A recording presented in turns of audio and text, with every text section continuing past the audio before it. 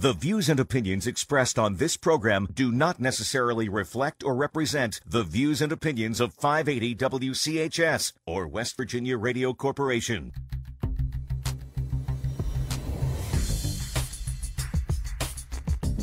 And a pleasant good morning to you. You're listening to Ask the Expert, WCHS, the voice of Charleston. I'm Dale Cooper. Thank you so much for tuning in on this Wednesday morning. It is Wednesday. I believe that's correct. And we have a fantastic show for you this morning.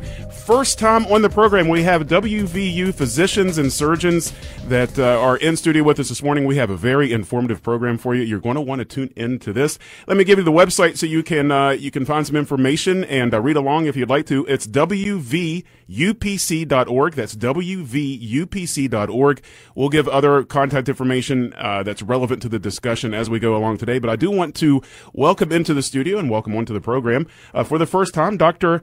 Tamra Aman of WVU Physicians of Charleston. How are you doing today? Good morning. I'm doing well. Thank you. Thank you so much for coming in, and thanks for bringing along WVU Physicians of Charleston, because this has been a show that I've been excited to talk about. We have need of more medical doctors on air to educate us about what's going on and the especially seasonal things, stuff that comes up, stuff that affects West Virginia specifically. We're going to address many of those things this morning, or a couple of those things anyway this morning. It's my pleasure. Well, thank you once again, and give it just a couple of moments just to introduce yourself. You're a physician, we know that. Maybe talk a little bit about your specialty, a little bit about your background, and then what we're going to talk about this morning. Okay, well, I'm a primary care physician, and I work in an internal medicine office at West Virginia University Physicians of Charleston. We're multidisciplinary, so I have wonderful help from specialists right down the hall.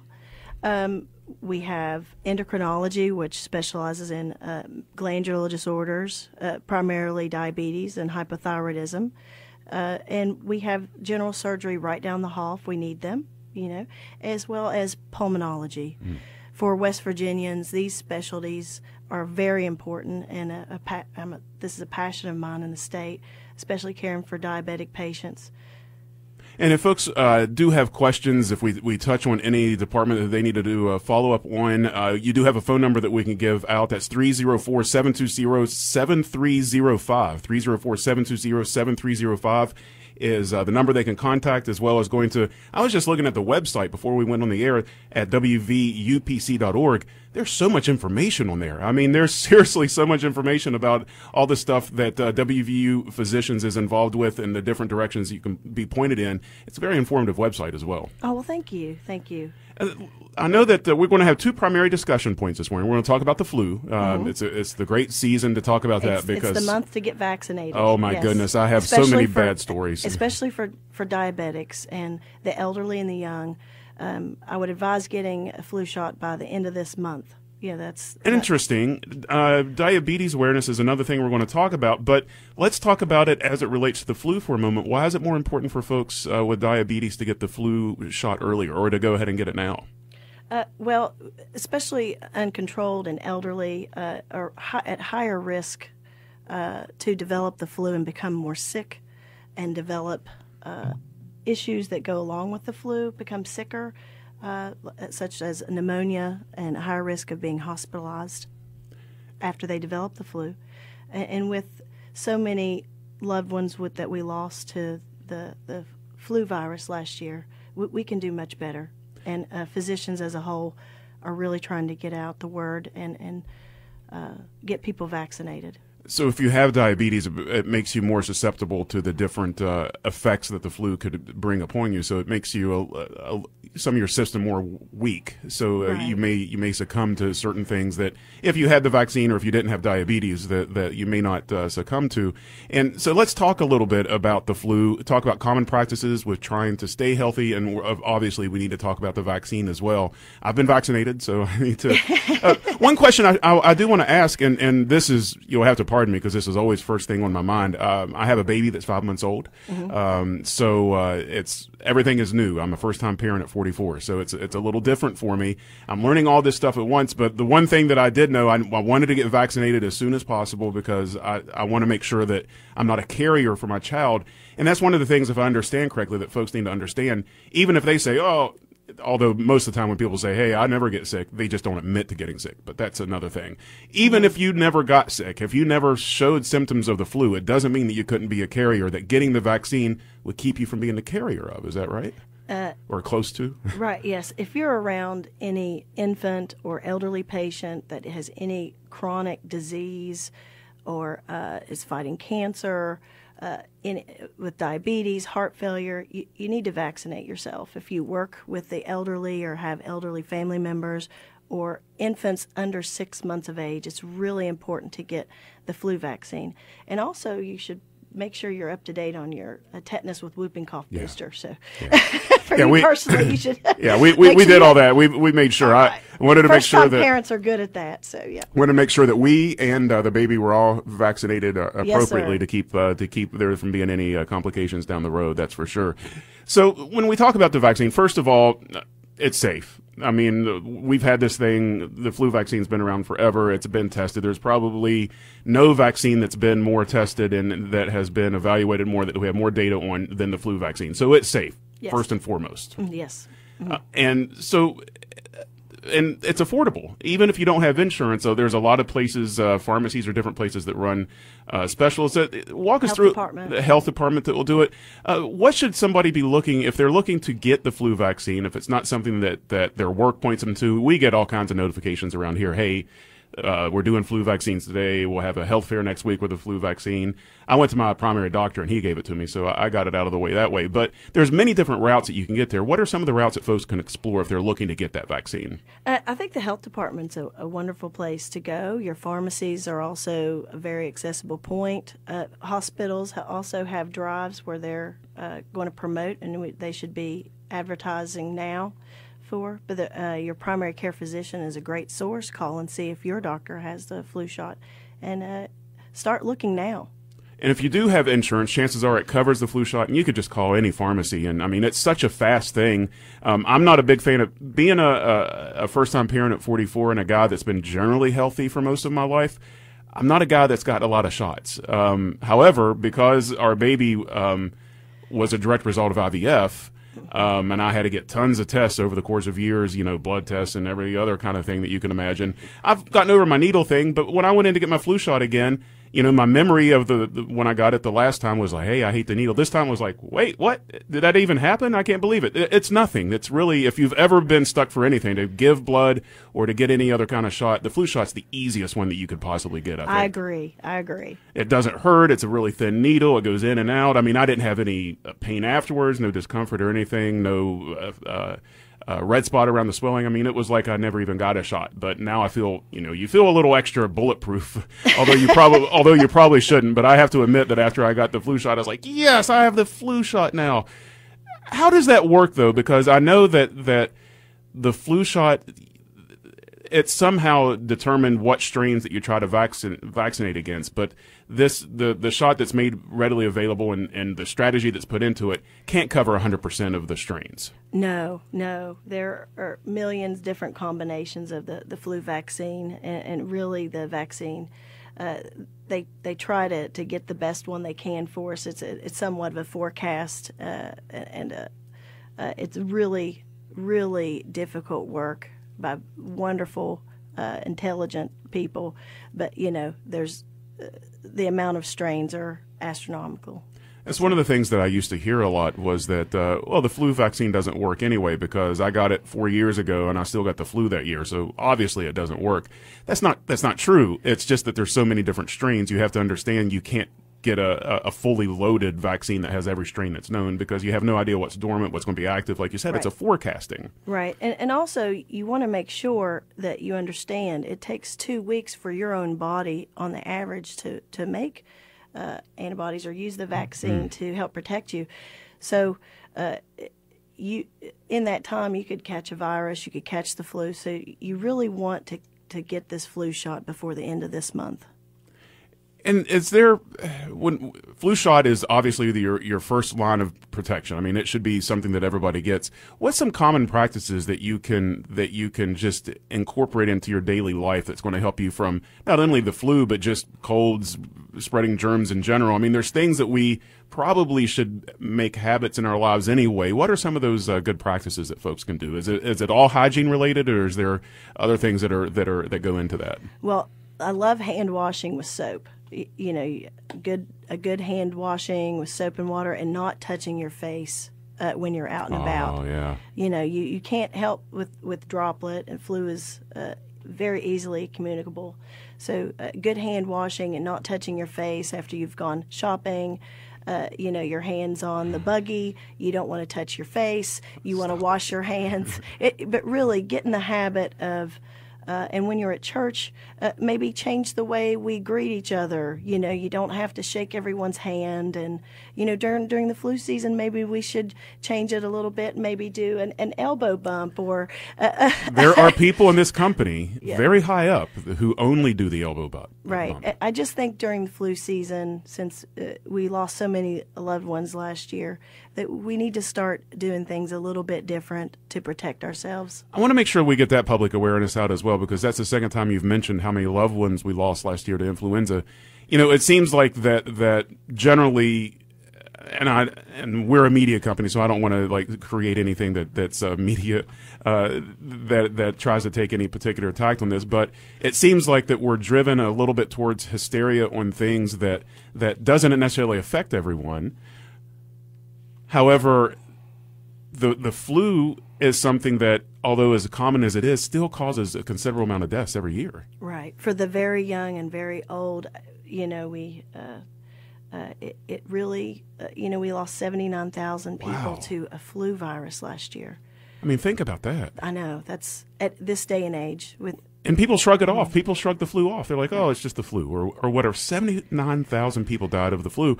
And oftentimes they're elderly or the sick or the very young, but not always necessarily. I mean, that's something that you have to be aware of and you have to guard against. Yeah, and in my office, West Virginia University Physicians of Charleston, we're an internal medicine and specialty office. So we're open for new appointments. If you haven't had a flu shot, we're adding a new physician in January, and we have physicians with open appointments today. If you're not a patient now, call for a new patient appointment. We have flu shots. We can help you with that. Also, if you need screening for diabetes, we can do that. And I have endocrinologists in the same office that can also add you care if you so need. Diabetes is my passion. And if you have questions or need screened for that, let me help you with that. And would they get a hold of you at that phone number? Is the best way to get a hold of you as well? 304-720-7305. So you are accepting patients now Right. if folks are looking for a new family, for a new general practitioner, Absolutely. they can call you right now. And we're fantastic. actually building. You know, we're growing and building. We're a private office, again, multidisciplinary. So we want your business.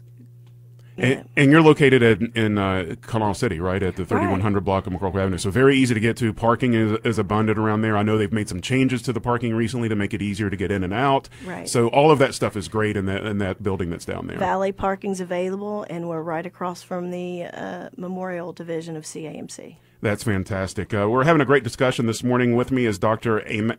Aman. I keep on wanting to give great. that. I know. I keep on wanting to give it that short A instead of that long A sound. Dr. Aman is here, and you can get a hold of her, as she just mentioned, at 304-720-7305. If you have any questions for us this morning, we can open up the phone lines, and you can ask her a question on the air as much as possible.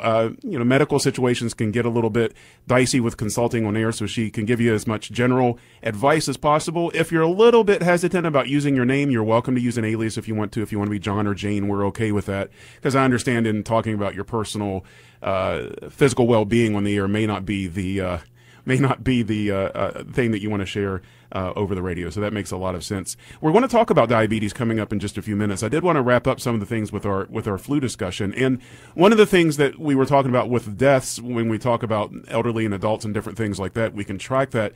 You know, the number for children is actually quite high too. I think 185 deaths associated with children in 2017, 2018. But the problem with that is it's hard to really know. It's probably a much larger number than that, because when you're talking about children or even infants or something like that, it's kind of hard to necessarily, with cause of death, if you weren't tracking from the very beginning exactly what caused that in some cases. Yeah, but that's an absolute death. That's not how many people had to go to the hospital, treated for flu pneumonia, so the amount of sick that we had last year was astronomical, and we can do much better. It tends to be, is our awareness, the great service that you're doing here today in building the awareness for the flu and flu vaccines and things along those lines. Are we seeing, even against all odds with the vaccines and stuff, are we seeing this still gain momentum every year, or are we actually making some progress? I'm not sure about that data, but what I do know is the number of vaccinations might have been a little down, so especially in the high-risk populations, and the people that were around the high-risk populations, vaccinations were down. So we're trying to focus on those. That's the one thing whenever you talk about vaccines, and we'll move on to diabetes and take a break in just a moment, but the thing that, I'm just a lay person, but I read a lot of journals, magazines, different things along those lines. I understand some of the terminology, but folks need to understand the herd immunity that's put forth with vaccines, and it works the same with the flu vaccine as it does any of them. When you talk about you have populations of people that are concentrated in an area where some of them may be disadvantaged, every single person that we can get the vaccine to is going to help. Anything that helps the spread, even among people that don't actively get sick. You eliminate some of the carriers, which means you could eliminate the people that aren't vaccinated that get sick. I mean, the domino effect is pretty staggering on that. Right.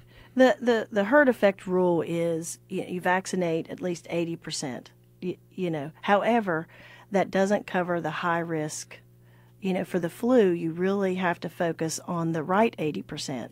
The people that are most likely to have more serious complications from the flu, and maybe lose their life over it. So yeah, that's the thing, that the disinformation that I think that gets put out sometimes, and then folks kind of write off vaccines in general or flu vaccine. You have to understand exactly the way everything works, and the data that we have that shows that works, and you have to kind of trust in the science in that regard, and it does help. I mean, I've had the vaccine for as long as I can remember, and I've only had the flu once in the last decade, I think. I've been very lucky in that regard. Not everybody may not get that positive of a result, but I've been very lucky in that regard. I also wash my hands a lot.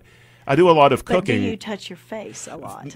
When you were saying that was honestly, that is the thing that I have the hardest time with, because I rub my eyes a lot, and I know the eyes are probably even worse than just generally touching your face. Eyes, nose, mouth. And I am really bad at it. And then you talk about going to the store and you're handling now I try to use, and it's such a balance. I try not to overuse the antibacterial stuff, but if it's there, I can't help but to use it, Yeah. So if I go to the grocery store and there's a wipe there, I want to use the wipe. That's okay, right? Yeah, just don't touch your face. Because that doesn't mean that you're absolutely sterile, right? Exactly. Right. That's a very good point. We're having a great discussion this morning, having a very good time. Dr.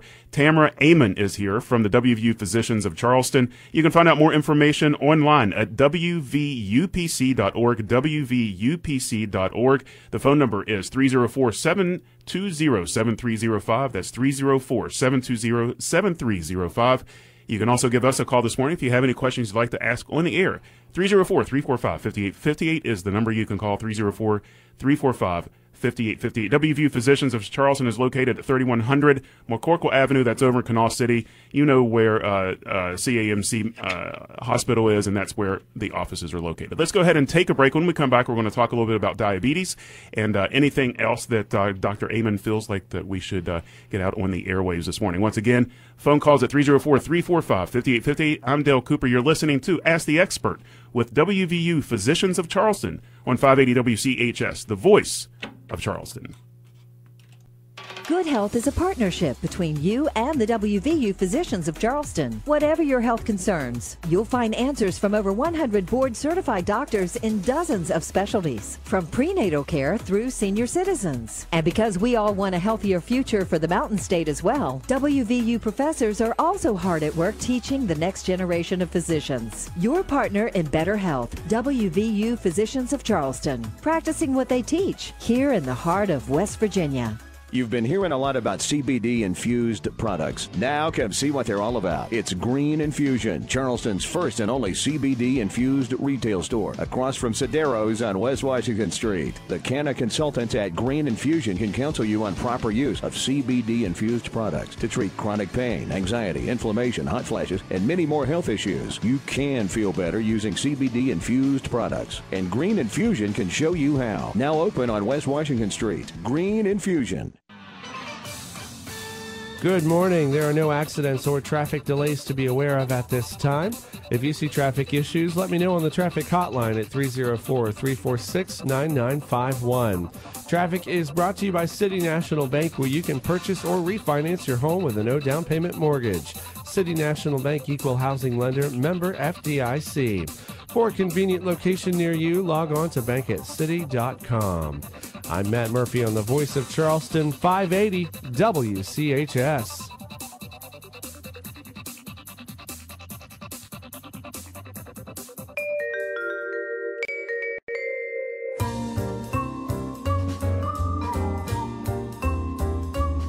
You're listening to Ask the Expert, WCHS, the Voice of Charleston. I'm Dale Cooper. Thank you so much for tuning in on to this. It's a chilly Wednesday morning as autumn is struggling to hold on, to keep from giving way to winter before Thanksgiving gets here.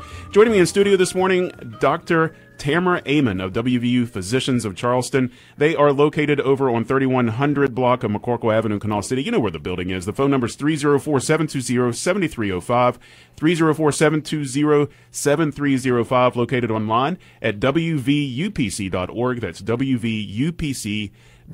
We can also take your phone calls this morning at 304-345-5858, 304-345-5858. We're going to talk about diabetes and diabetes awareness in just a moment. Of course, on the morning news before we started the program this morning, they were having an interview that had to do with diabetes awareness, and we're going to talk about that as well. But Dr. Aman, I think you had some additional numbers you wanted to get out as far as flu goes, or did we decide to move on to diabetes? Well, I just want the high-risk populations to get out and get vaccinated, or those who care for loved ones in the high-risk groups to get vaccinations. You know, the simple rules: the very young, the very old, and don't forget with pregnancy.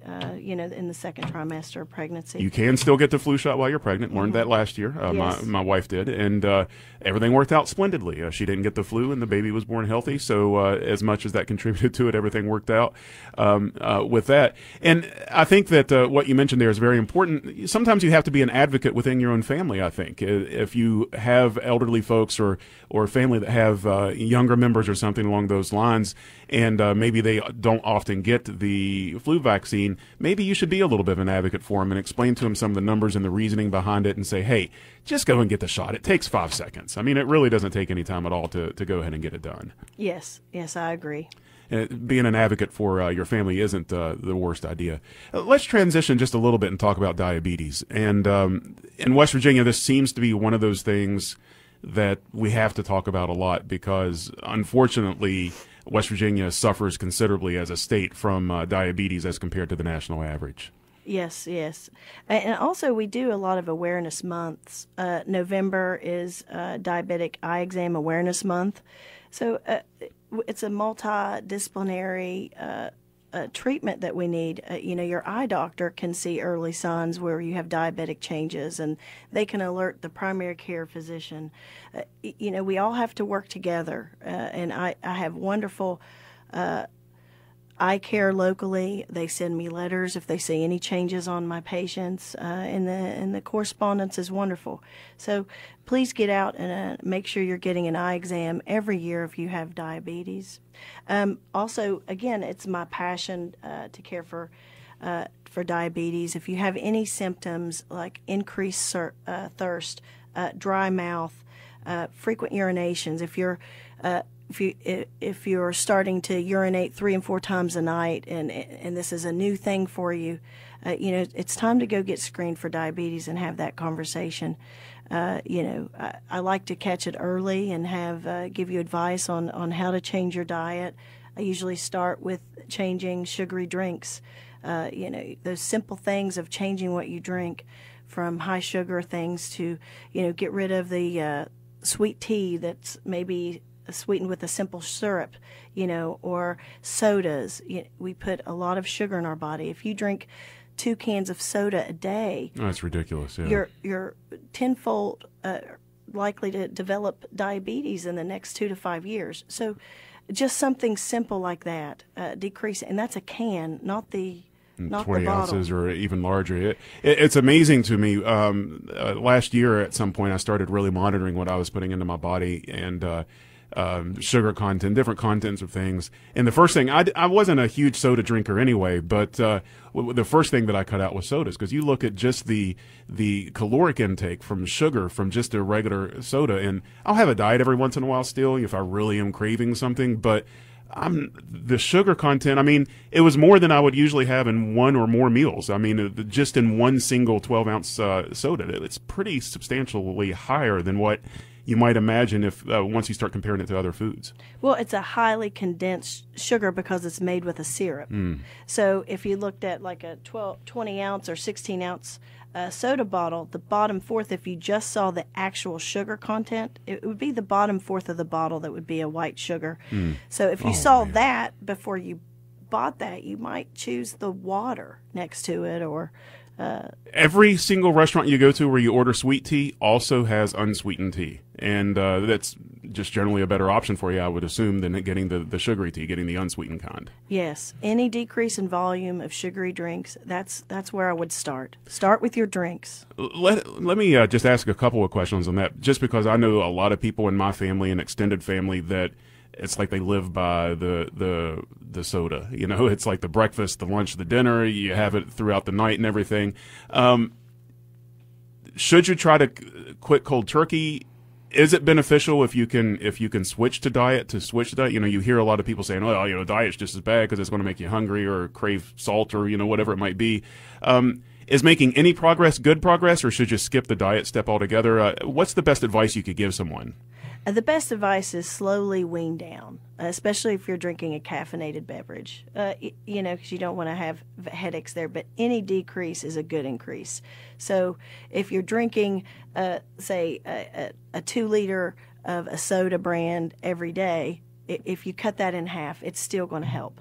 So even though it's still you're drinking half of a 2-liter, which isn't objectively good, it's better than drinking a full 2-liter. So anything that you can do is it's a work in progress. That's good advice, and every success is a success. So just because you're not down to the national average or whatever it might be, if you're making progress towards your goal, then you're doing the right thing, and it's not a bad idea to do.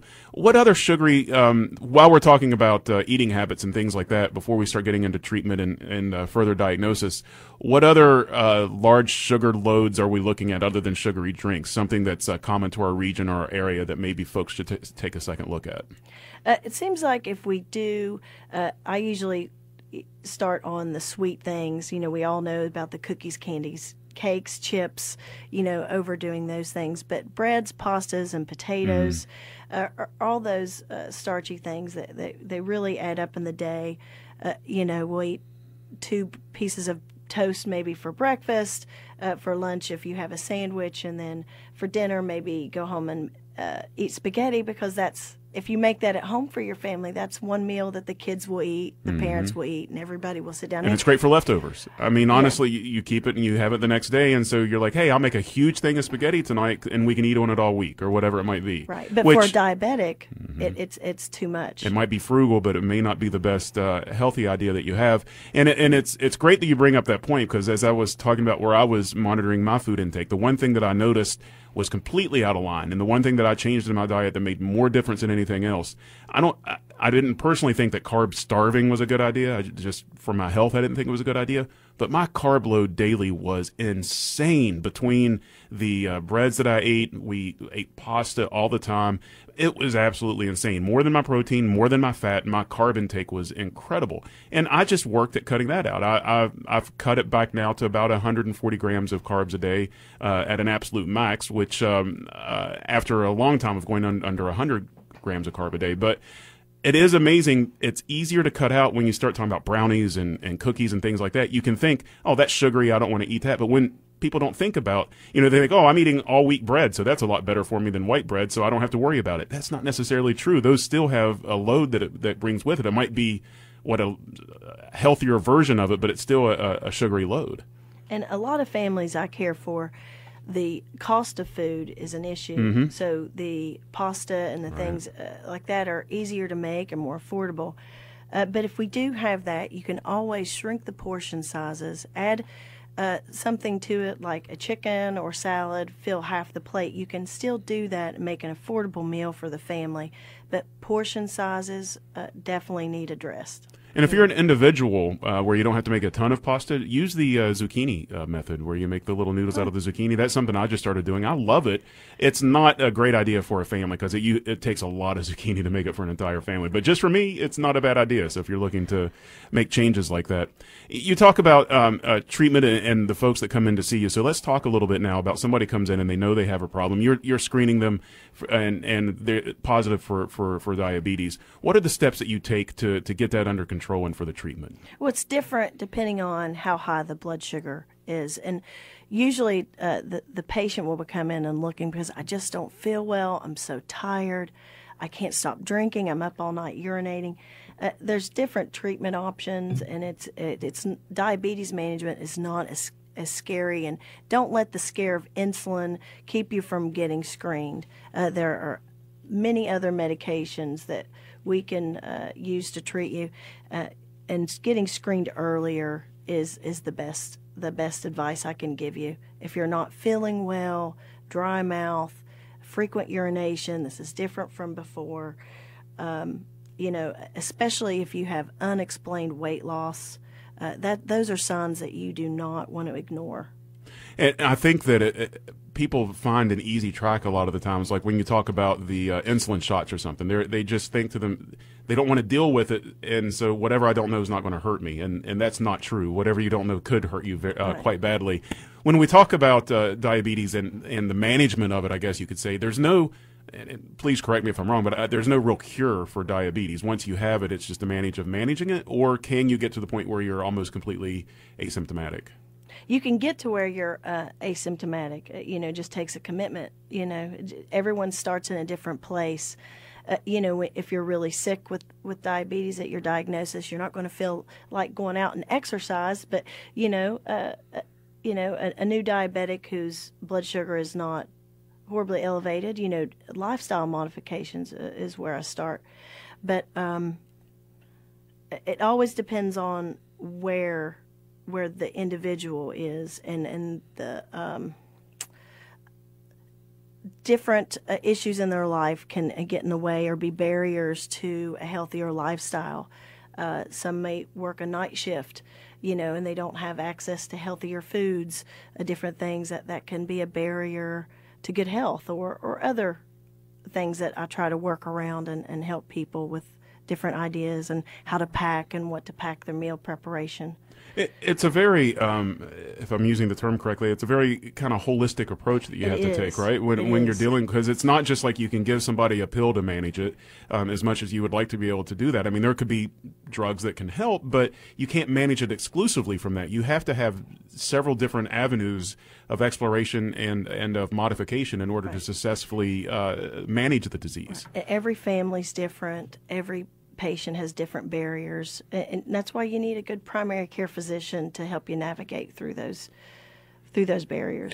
And we're talking about catching diabetes early and getting in. You say you love to catch it early as possible, and you work with a lot of eye doctors. And I know we have an ENT, Dr. Pollard, that comes in here, and he even mentions, there's things that he does that can screen where he forwards information to primary physicians. So there are things, if you're taking the proper approach to health and you're getting your normal checkups with your normal doctors, your eye doctor and different things along those lines, you should be screened, and you could find that. But if there's any question whatsoever, you can contact yourself, for example, your primary physician, and go in and get checked out actively if you just concerned about it. Is it hereditary at all? If you have diabetics in the family, should you be concerned more about it?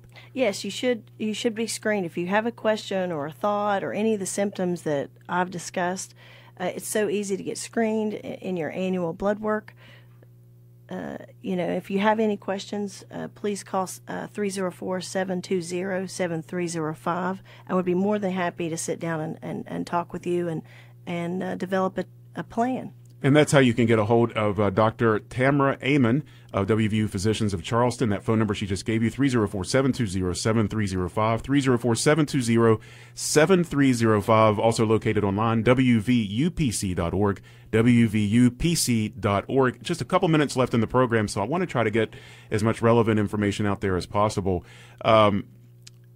If somebody is, we talked about the early screening, but if somebody is fairly advanced, maybe they've had a doctor that's retired and they've had a hard time finding a new physician that finds the right management mix for them, or they just haven't got it right. It's not a bad idea to seek out additional help, or I don't want to, maybe a second opinion, or if it's just something you've let go because you think that there's no help for you, there's always some kind of help. And getting started even later in the process is better than not getting any help at all. Yes. If you have a question, it's wonderful to get screened. There are so many people that have diabetes that are unaware, and early on, there's not. You don't have to be put on a medication. Don't let the thoughts of insulin scare you from being screened. The earlier the diagnosis, the better. And putting it off doesn't help patients. If you don't say the word diabetes early on, and put your head, let's say, in some sand and not look, then you're not going to get better from year to year to year. Let us help you get screened. And if you have diabetes, get your flu shot. Right, exactly. Yeah. If there's a person out there that's wondering, like maybe they've heard some of the symptoms and are like, does that possibly mean that I could be getting diabetic or pre-diabetic? No, it can't be, because I'm not obese. Is it always tied to obesity? No. So you could be have the physical appearance of relative health and still have diabetes. Yes. So that's very important. So if anything that we were talking about, and you're driving to work this morning, you're like, "Oh, that's not me." I'm not obese. That's probably not me. I have to get up several times in the night and use the bathroom. That just started, but it's not me because I'm not. It could be. Yes. So getting screened and calling your physician and getting screened for diabetes. Don't assume that they've done it, and don't assume that you don't have it. Get screened. Yes. Yes, that's correct. Dr. Tamra Aman has been our guest this morning. She is from WVU Physicians of Charleston, located over in Canal City. It's the 3100 block of McCorkle Avenue at the CAMC Memorial Hospital building. Phone number is 304-720-7305, 304-720-7305. More information online at WVUPC.org. That's WVUPC.org. Dr. Aman, thank you so much for your time today. We got out so much great information for folks that are probably concerned about diabetes, or they should be, and hopefully we're helping them overcome that this morning. I'm glad to help.